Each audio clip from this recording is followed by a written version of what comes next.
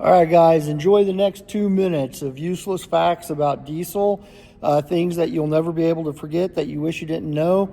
If there's any useless facts that you think I left out of my video, please put them in the comments. So let's go.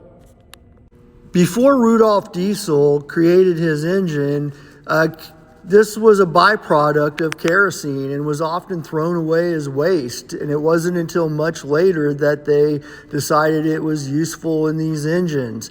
But the original diesel engine was designed to run off of peanut oil because Mr. Diesel was a pretty big environmentalist at the time and didn't want to create more pollution. All right. Diesel fuel is not very flammable. As a matter of fact, you can throw an empty match onto it and it'll just put out the match, which makes it great for compression ignition because we don't have to worry about it pre-igniting.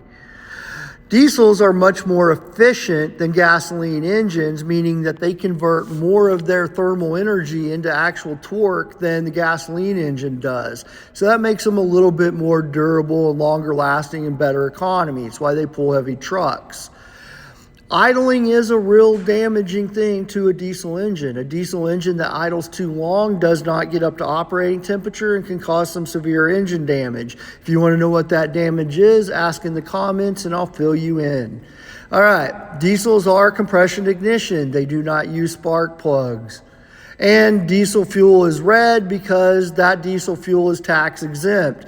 This cop in this picture pulls someone over, does a fuel sample and pulls out red tax exempt diesel out of a non-tax exempt vehicle.